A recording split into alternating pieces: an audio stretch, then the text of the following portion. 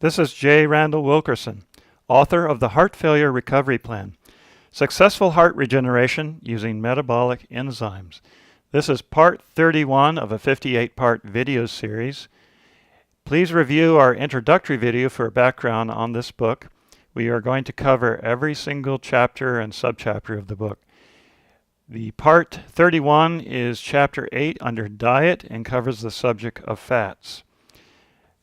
At first, you may think, well, I'm going to say you have to have a low-fat diet. That's not true. The low-fat diet premise that has permeated American nutrition and the healthcare system was all developed by a single professor at the University of Minnesota who was trying to prove that animal fats were bad for you by selectively collecting some information from a number of countries, that some of which were insignificant in size, in order to promote vegetable fats and trans fats by a large food corporation nearby his university. Since then, a book called The Big Fat Surprise by Nina Techholz has revealed that a low-fat diet is not healthy. We're not going to say that you should go out and consume every kind of bad fats and every kind of fried fatty foods. That's not the case. The heart works most efficiently in converting energy through carnitine transfer of fatty acids, or just plain fats.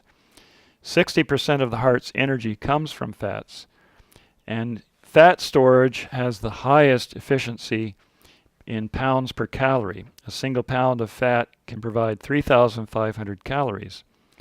That's why it's so hard to lose the fats if you're overweight, whereas carbohydrate storage in the body is limited to about 2,000 calories at max. Competition athletes will load up on carbohydrates, particularly bicyclists. Lately in the Tour de France, you will see the athletes love tons of pasta and spaghetti so they can load up on carbohydrates. But for heart failure recovery, the lowest impact food source to provide energy to the heart is fats.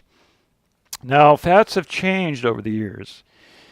In the times of our grandparents, most meats were raised in pastures on grass, which provided omega-3 healthy fats in the beef, in the chicken. But for the past few decades, all the foods in the markets have been feedlot raised on inflammatory omega-6 oils in the grain. That has led to quite a bit of inflammation in the heart, increasing heart failure and heart disease to a considerable degree. Now, grass-fed beef is becoming available in most supermarkets. You may have to ask for it and look for it. In the local Publix markets in Florida, it occupies a little tiny section of the meat case, no more than 12 inches wide. The point of omega-3 and the 6 oils is that you're going to still need both in a balanced ratio, but you need to replace the vast majority of oils that are entirely omega-6s with as much omega-3 as possible. That may mean eating fish with high levels of omega-3, as well as foods, meats that are raised in grass-fed pastures, and avoiding all of the fried foods, because almost anything fried in a restaurant is fried with cheap omega-6 oils. That includes potato chips, French fries, corn chips, fried fish, fried chicken, practically anything with fried in the name. If you're confused, join the club. It was essentially a fraud campaign to promote hydrogenated fats, which are now being banned by the FDA entirely throughout the American market. And now we are starting to find out how bad that period was. You can see it in heart disease numbers. They're just off the charts in numbers of people who are dying. A single ounce of oil or fat is 28,000 milligrams.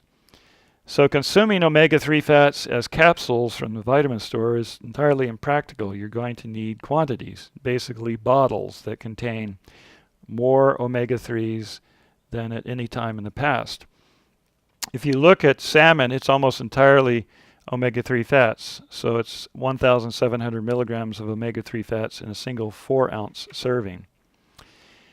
The highest omega-3 content oil is flaxseed oil.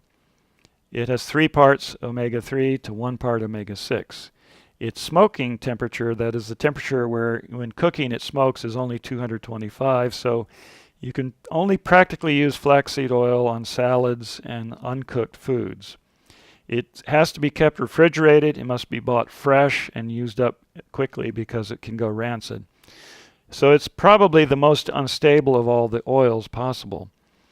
Now the next best is macadamia nut oil. It's 1 part omega-3 to 1 part omega-6.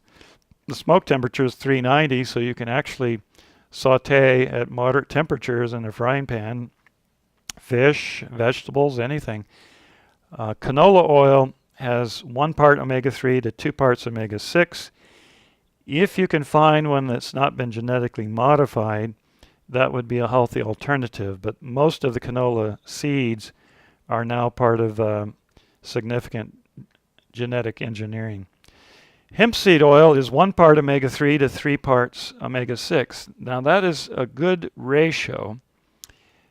Generally, you want to shoot for a diet with about 4 parts omega-6 to 1 part omega-3 or better.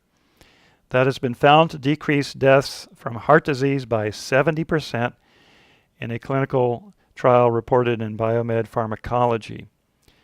Yes, 70% decrease in death from heart disease by switching to a higher omega-3 oil.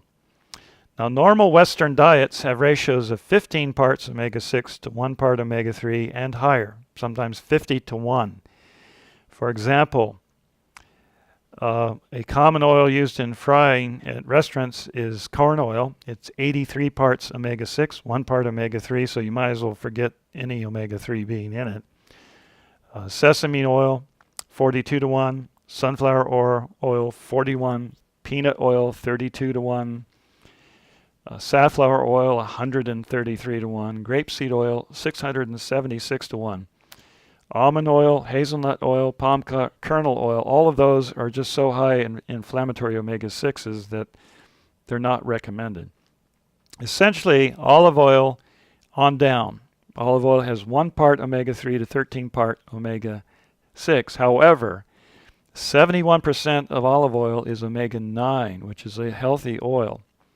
Your body doesn't have to manufacture omega-9s if you use olive oil. Avocado is even better and has the highest smoke point, 520 degrees Fahrenheit. It's a very luscious oil for salads. Even butter, believe it or not, has 9 parts omega-6 to 1 part omega-3 in normal feedlot butter. You can find grass-fed butter with higher ratios of omega-3s. Just look for it at your supermarket. So nearly everyone has heard about the bad fats, the hydrogenated trans fats. Essentially, any fats or oils that you find that are solid at cool temperatures, they've been hydrogenated, excepting butter and a few natural things like that. You don't find vegetable fats that are solids at room temperature. Now, many snacks have been cooked in cottonseed oil. Chips of all kinds, salad dressings, countless foods. Cottonseed oil is a special case. It's loaded with poisons and pesticides because it's raised to make cotton fiber, cotton clothes. It's not raised for oil.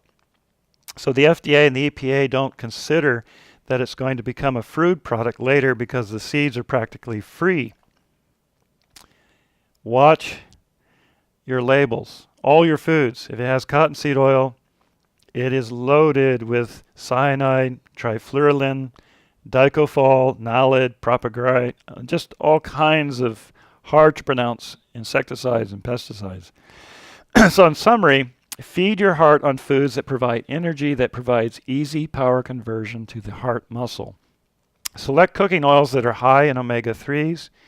Provide your heart with an ideal source of energy and avoid the processed food and snacks that will use the lowest price oils, which are almost always high in omega-6 inflammatory fats. I'm J. Randall Wilkerson, author of the Heart Failure Recovery Plan, Successful Heart Regeneration Using Metabolic Enzymes.